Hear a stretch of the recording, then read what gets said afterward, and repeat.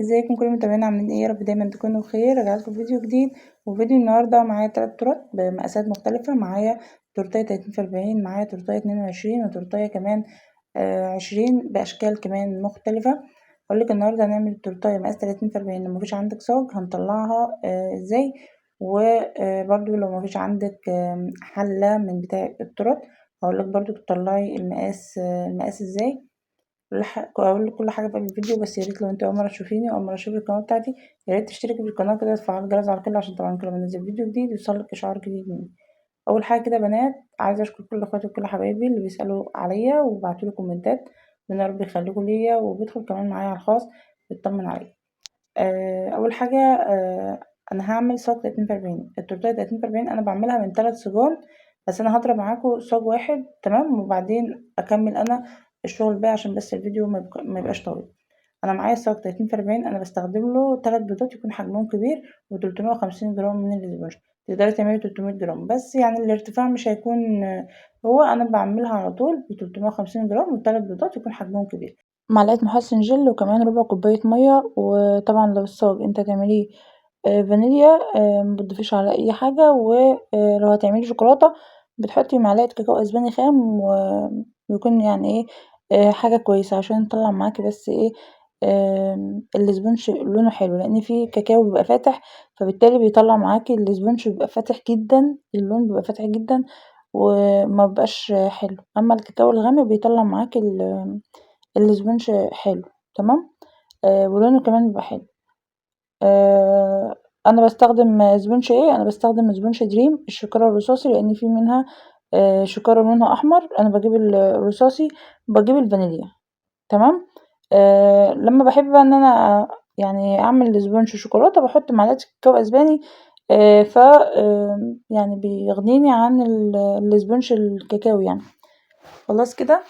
انا طبعا عملت معاكم اهوت صاج هفرده كده بالاسباتيولا زي ما انتم شايفين، وطبعا بكون مشغله الفرن بتاعي على درجه حراره عاليه، واساوي الصاج بتاعي. ولازم طبعا تساوي الصاج بتاعك كويس جدا بحيث ان السطح بتاع الاسبونج يكون متساوي، مفيش حته تكون عاليه وتكون حته واطيه. بجيب الاسباتيولا بتاعتي وبساوي الصاج بتاعي زي ما انتم شايفين كده. ده بقى هعمل طبعا حله مقاس 22 وحله كمان مقاس 20. اللي طبعا كانت بتقولي هو انت ليه مش بتستخدمي الحلل؟ لا بستخدم الحلل والله.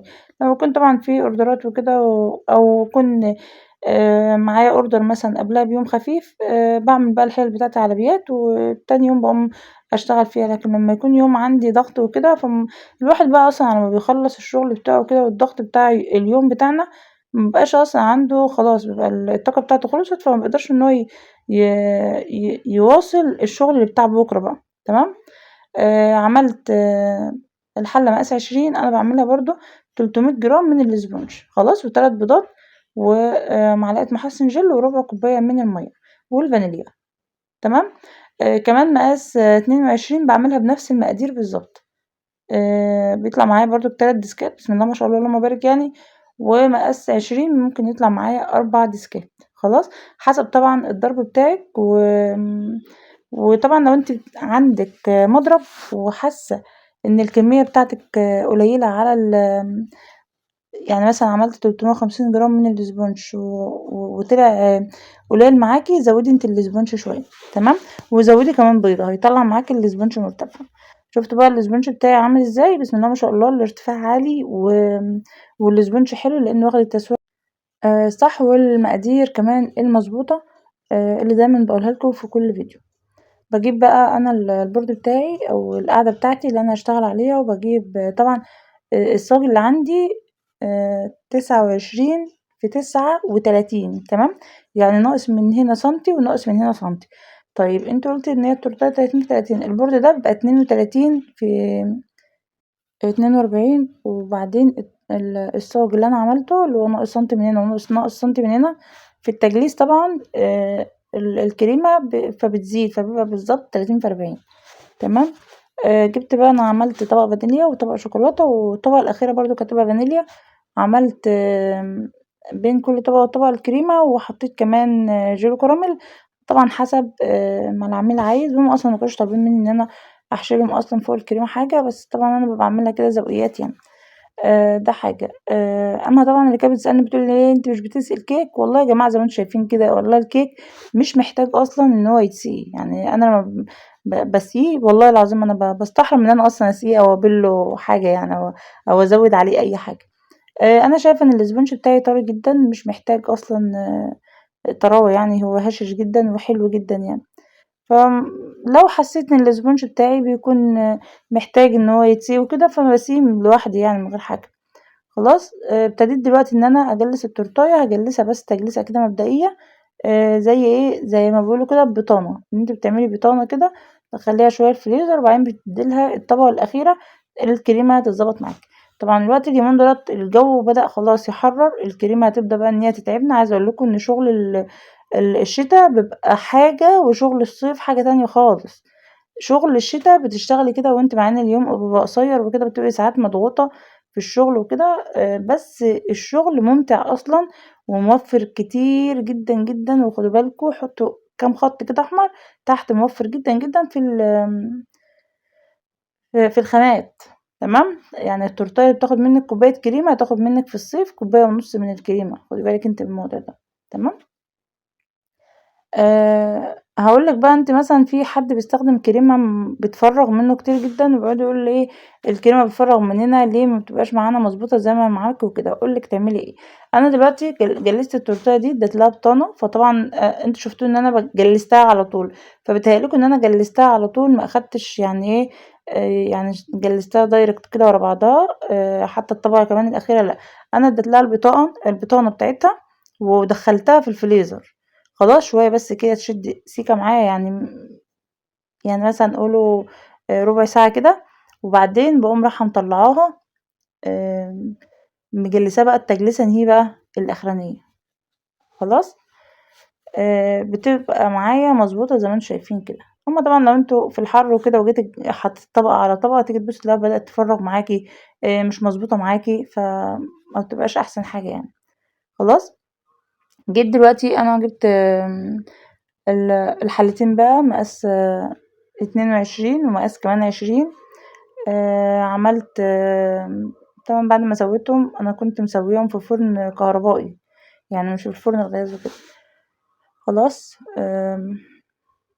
زي ما قُلت لكم طبعًا المقادير بتاعة الكيك، بتاعة محلة بمقاس 20 ومحلة 22 بنفس مقادير الصاج، 30 في 40. خلاص كده ابتديت إن أنا أقطّع طبعًا الإسبونج بتاعي على رقم 8. مقاس 20 هتطلّع معايا 4 طبقات، أمّا مقاس 22 هتطلّع معايا 3 طبقات والديسكات اللهم بارك يعني ارتفاع 2 سنتي كده، التورتاية أصلًا بارتفاعها بتاعها عالي، فمش هتلاقي الارتفاع ده ولا الشغل ده ولا الحلاوة دي في أي محل خالص. تمام. آآ وبعدين أبدأ بقى إن أنا أجلِّس التورتة بتاعتي وأحط الكريمة بتاعتي، طبعًا الكريمة اللي أنا باستخدمها هايبر المتحدة، عايزة أقول لكم إن الكريمة من شهر ونُص كده أو من شهرين تقريبًا، من شهرين تقريبًا، ابتدت بقى إن هي إيه ترتفع حبّة، حبّة كده، أنا كنت باجيبها ب300، حاليًا دلوقتي وصلت 400 جنيه. تمام، فالله المستعان يعني. فلمّا آجي أزوّد بقى الشغل بتاعي ما تبقوش تقولوا ليه. تمام، لإن والله العظيم الغلا ده أصلًا يعني مأثّر علينا إحنا في الشغل كمان يعني. يعني حتى لو تلاحظوا إن أنا مش ما عدتش باعمل عروض زي الأول، يعني كان الأول الخامات يعني كانت مش مرتفعة أوي كده فكنا بنعمل عروض إن إحنا نمشّي الدنيا لو آآ أنتِ ما فيش عندِك شغل مثلًا في يوم أو كده. حاليًا دلوقتي بقى إن أنتِ مش قادرة تعملي عروض أصلًا، يعني لو عملتِ عروض بتخسري. فربنا معانا يعني، وطبعًا اللي شغال زينا كده أكيد يعني طبعًا عارف الكلام اللي أنا باقوله ده. باجلِّس بقى التورتاية كده زي ما أنتم شايفين تجليسة بسيطة أو تبطينة بسيطة كده زي ما باقول لِك، وبعدين بارجع إن أنا أدّي لها طبقة حلوة من الكريمة كده. عايزة أقول لكم إن ارتفاع الكيك بسم الله ما شاء الله حلو جدًا والسبونج هاشش. طبعًا في فيديوهات قبل كده كنت باعمل المقاسات دي من صاج، يعني كنت باطلّع المقاسات دي سواء مقاس بقى 18، 20، 22، 24، 26 لغاية 30 كده والطولات كمان المستطيلة، كنت باطلّعها من الصاج بحيث إن أنا مثلًا أسرّع في عملية يعني إن أنا أنجز وقتي. وفي نفس الوقت لو حد مثلا ما عندوش الحلل بتاعة التورت وكده. تمام، تقدري تعملي برضك في صاج. اهم حاجة يكون بس عندك الكادر المترقم. تقدري انتي تطلعي بقى المقاسات اللي انتي عايزاه. بيبدأ طبعا من مقاس 18 لغاية 30 تقريبا يعني. خلاص كده. دي أول تورتاية طبعا أنا عملتها 30 في 40، كانت بصورة بالشوجر شيك. عجينة سكر، وإن شاء الله يعني بصوا كان فيديو كده، وهعمل لكم فيديو مثلا لو حابة تعملي تورتاية عليها صورة، لأن الصورة دي بتبقى غالية يعني ممكن تعدي 90 100 جنيه. خلاص، سواء كارت أو نص كارت. خلاص. فأنا بفكر في فكرة تانية كده، بحيث طبعا انتوا عارفين الأسعار ارتفعت. فبفكر برضك لو حد حابب ان هو مثلا يعمل صورة على التورتاية وكده، يعني هنخفف العبء شوية زي ما بيقول يعني. خلاص، حطيت الصورة، وطبعا أنا بحط على ظهر الصورة شوكولاتة تكون دافية كده، مسيحاها على حمام بخار مائي. باخدها كده احطها على ظهر الصورة، وافردها كده بالراحة بسباتيولا، واحطها على التورتاية. ليه بقى؟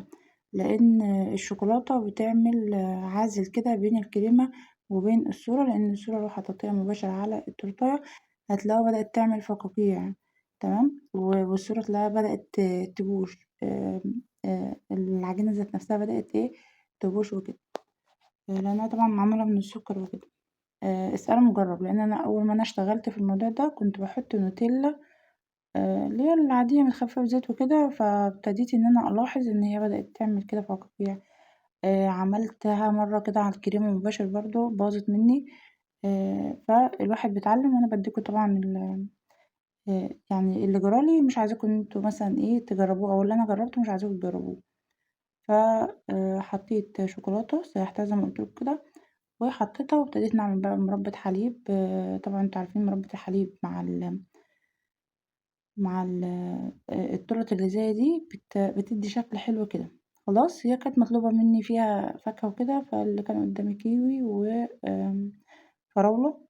عملت بقى الكيوي والفراولة، طبعا ما كنتش معاهم في التصوير. عملت كمان شوكولاتات. كان عندي كمان فلوتس، حطيت كده واحدتين كده، احط كمان بسكوت لوتس، واحط كاندي توت على النوتيلا البيضة. وبقى كده التورتاية بتاعتي خلصت، بس هحزمها من تحت بمربى الحليب. وكده التورتاية بتاعتي اللهم بارك يعني مش محتاجة اي حاجة. التورتاية دي بتطلعها بكام؟ بصوا انا اقول لكم انا كنت مطلعاها بكام. انا مطلعاها ب750 جنيه. خلاص، فيك انت بقى لو انت في منطقة مثلا حية وكده ومدينة يعني حلوة، آه، هتعدي معاكي 1200 جنيه. انا كلام بجد يعني. فأنا يعني بتكلم على المنطقة اللي أنا فيها، أنا مطلعاها ب750 جنيه. خلاص. كده التورتاية 30 في 40 هحزم بس هحزمها كده بمربى الحليب. كده خلاص. تمام، معاش محتاج أي حاجة. طبعا أنا بحط جوي تلميع على الفاكهة عشان تدي لمعة، وفي نفس الوقت الفاكهة ما تتبلش معايا. خلاص، اللمعة بتاعتها تنطفي كده. أما لو حطيت عليها جلو تلميع وكده، ف بتديلها لمعة، تفضل يعني بالرونق بتاعها كده. التورتاية دي طبعا أنا مجلستهاش معاكم. أنا عاملاها ببينك، هي مطلوبة مني كده. كانت مطلوبة مني شكل كرتوني، هوريلكوا دلوقتي، أو فراشات تقريبا يعني. و اللي هي العروسة دي تقريبا أنا عملتها مرة قبل كده. تورتاية، فكانت مطلوبة مني نفس الشكل وكده. ف عملتها. والتانية بقى طبعا هتبقى فيها شغل شوكولاتات وكده. خلاص، لو انت وصلت لغاية هنا في الفيديو، ياريت تحط اللايك بتاعك الحلو، كومنت جميل منك، وتقولي بتتابعيني منين. اهم حاجة يا بنات اللايك بالله عليكم كده، عشان اللايكات هي اللي بترفع الفيديو. جبت بقى الكريسب اللي هو يعني عامل زي اللولي الموجود عندي، اللي هو المطفي. تمام. فانا عندي دست اللون كده، اللي هو اللي بتحط فيه مثلا اللولي ده، بيتحط فيه الكريسبي الصغير ده اللي هو المطفي ده، يعمل لولي كده، اللون اللي انتوا شايفينه ده. مش عارفة هو لونه سيلفر، او افتح شوية كمان من السيلفر. خلاص. عملته كده. وعندي برضو اللي هو اللون السيلفر ده عندي اللي هو يعني زي الرصاصي كده، لكن دي ابيض فيه لمعة كده. وعندي اللون الذهبي، برضو بدي لو حطيت الكريسبي ده فيه برضو بدي اللون الذهبي برضو بتاعه حلو اوي. مربة الحليب، عايزة اقولكم ان مربة الحليب في اي اصلا تورتاية بتنطق التورتاية كده بصراحة، غير طعمها كمان يعني طعمها حلو. خدت معلقتين نوتيلا، سيحتهم كده على زيت طبعا، النوتيلا وزبدة اللوتس وايه كمان والكندر بقى مش فاكرة ايه اللي بيساح بالزيت، ما عدا مربة الحليب بتتخفف بمية سخنة خلاص. بس حاليا دلوقتي طالع مربة حليب اصلا متخففة جاهزة، زي جولو الفراولة وجولو المانجا، جولو التلميع، جولو شوكولاتة، فطالع متسيحة جاهزة تمام. هي غالية شوية زي مربة الحليب، بس هي بدل مثلا ما تخففي بمية سخنة وكده طلع جاهز كده الكيس على بعضه، تقريبا الكيلو ب150 جنيه أو أزيد يعني. خلاص بس أنا عملت بقى التورتيه دي، عملت نص نوتيلا وقسمتها طبعا بمربة الحليب، وعملت نص نوتيلا بيضة و ربع نوتيلا بيضة، والربع التاني جناش من الشوكولاتة. احط بقى اشكال شوكولاتة وكاندي توت وكريسبيات لغاية ما ده الشكل النهائي بتاعنا وصلنا له كده. اللهم بارك يعني حاجة كده قمر. ده كان اخر فيديو بتاعي النهاردة. اترككم بقى في رعاية الله، اشوفكم في فيديو جديد ان شاء الله.